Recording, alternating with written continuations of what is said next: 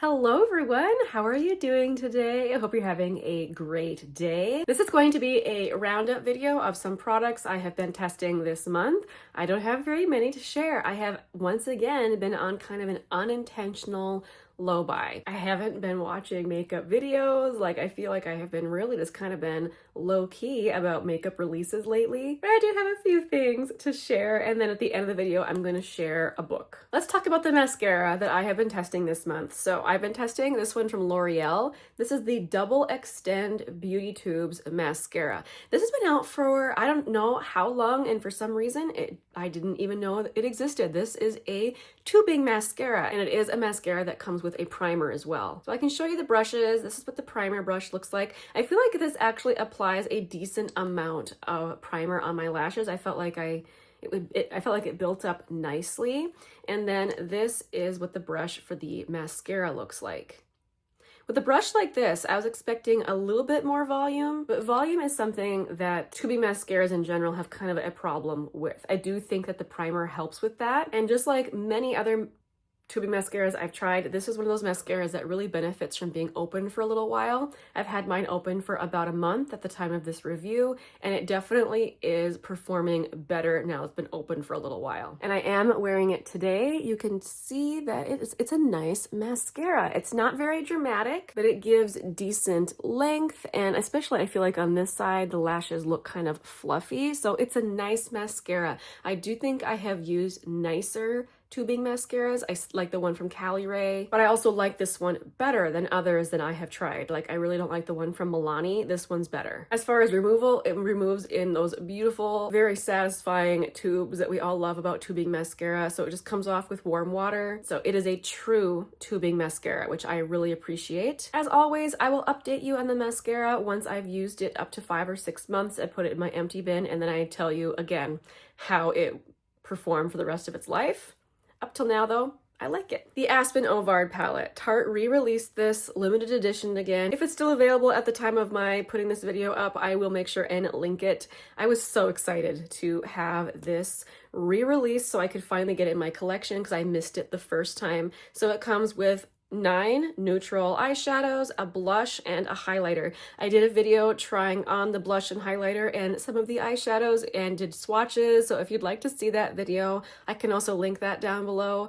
The general feeling for me is that I love this. I actually really like the blush more than I thought I would. It's got more pigment than I expected, and I think it's a really, really good color for me.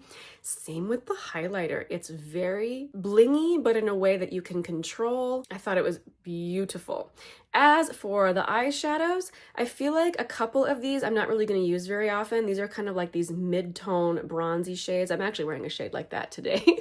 So, occasionally I do wear shades like that, but not very often. The shades I'm going to be reaching for the most are the mattes here. The mattes are those perfect tones that I like to use to create looks with, and since it comes with both a blush and a highlighter that I really enjoy, I think that this is going to be a travel palette that I am going to use a lot. I know that for many people this is kind of like the ultimate boring palette, but I love it so much. Only thing I do want to mention is that all of the shadows in here have a lot of kick up. The mattes are very soft and creamy, so that part is nice. Just be prepared for all of the kick up. So here's something from an indie brand. So Hindash is a makeup artist. I've never tried anything from the brand before, but these highlighters, they got me. So I picked up the shade Doll Dynasty. This is a gradient highlighter that goes from kind of a peachy pink to a softer champagne color, and it is a baked gelée formula, which is my favorite.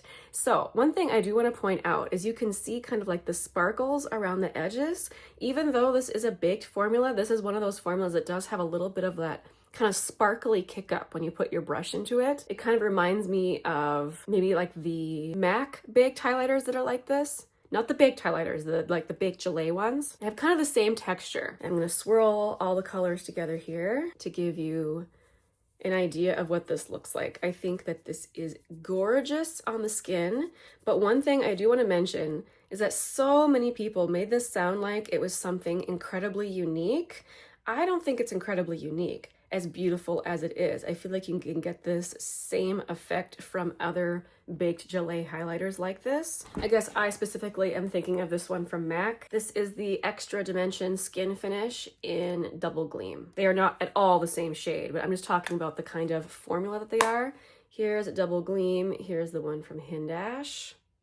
If you're someone who likes the more wet looking highlighter, but in a powder form, I think that you would enjoy this. Like, I don't think I've seen a single negative review of this highlighter, and I tend to agree. I think it's beautiful. Just know that if you are into highlighters, you have probably tried something like it before, you know? But that doesn't take away from how beautiful it is. I finally tried one of these single eyeshadows from e.l.f. These been out for a little while. Everyone was going crazy over them, talking about how they were duping Urban Decay.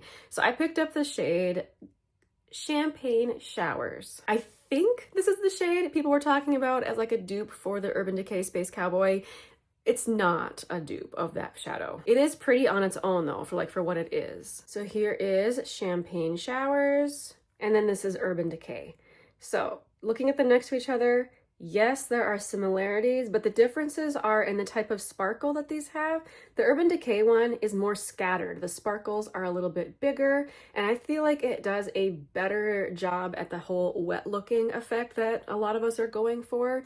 The one from e.l.f. is still very pretty, but the shimmers, like the sparkles, are smaller, and it looks just a little bit more like a regular metallic shadow. But they do have the same kind of beigey base to them, so in that way they're similar. Another difference is I think the e.l.f. one is a bit more icy as well. I think it's pretty.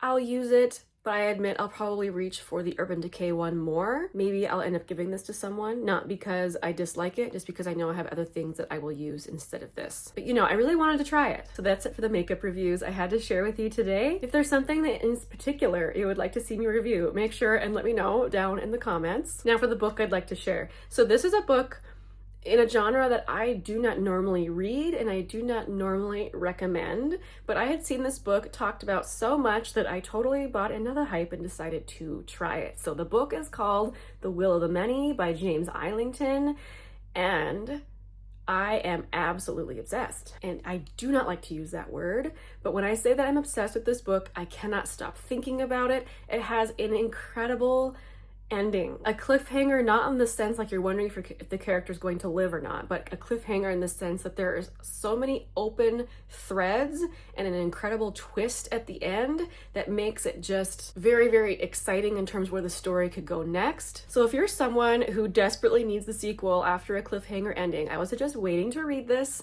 because the sequel is supposed to be coming out sometime late this year, although there is not an actual release date yet, which is just killing me. The premise of this book is that the entire world has been taken over by one government, and the way that this government is set up is that they are actually using the actual will of the people. You want to, if you could call it will, or maybe the strength of the people, or someone's life force even. People give up their will to government officials. It's a very unique idea. The story follows a 17-year-old who instantly I was kind of like, oh, is this YA? In a way, it kind of reads YA, but I think it does a lot better job of hitting some of those classic YA themes. A lot of people have compared this to Red Rising, but there was something about this one that I instantly loved way more than any other book I've read in this genre. I think part of it is the pacing. This book is very long, and yet it does not ever have a bogged down section or a slog.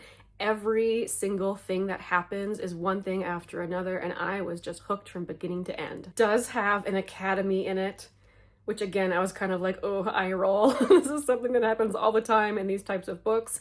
But again, I felt like it was done so much better than others that I have read, because the whole premise of the school is not for the students to kill each other. And so while there is violence in this book that I found disturbing, I didn't feel like the whole point of the book was to be gory or to glorify the violence. There's also a murder mystery in this book, which I'm always a sucker for. One thing I've heard mentioned over and over that people find frustrating about this book is how capable the main character is, that he's good at everything. Well, I don't know. I feel like it was important for him to have that quality in this book, because if he wasn't good at everything, he would have died right away. So, you know, it's one of those things. It didn't take away my enjoyment from the story. If you've also read this book, I am desperate to talk about it with people. Please let me know what you think of it down in the comments. Oh, I forgot to mention if it's like a sci-fi or a fantasy. For me, it was like a sci-fi fantasy crossover. I think a lot of people talk about it as being a fantasy. If you read it, what do you think? Sci-fi or fantasy? Thank you so much for joining me today. I really appreciate you here on my channel. I know I haven't been around much this month. I was sick. I did a bunch of traveling. So thank you for staying with me. I really appreciate you. And thank you for watching all the way to the end of the video. I am drinking this tea from Verdant Tea. It is exquisite. It's very fruity and kind of lightly roasted with kind of that classic floral oolong taste in there as well. This is one I'm going to be re-steeping and drinking all day. It is wonderful. I'll see you guys very soon in the next video. Bye.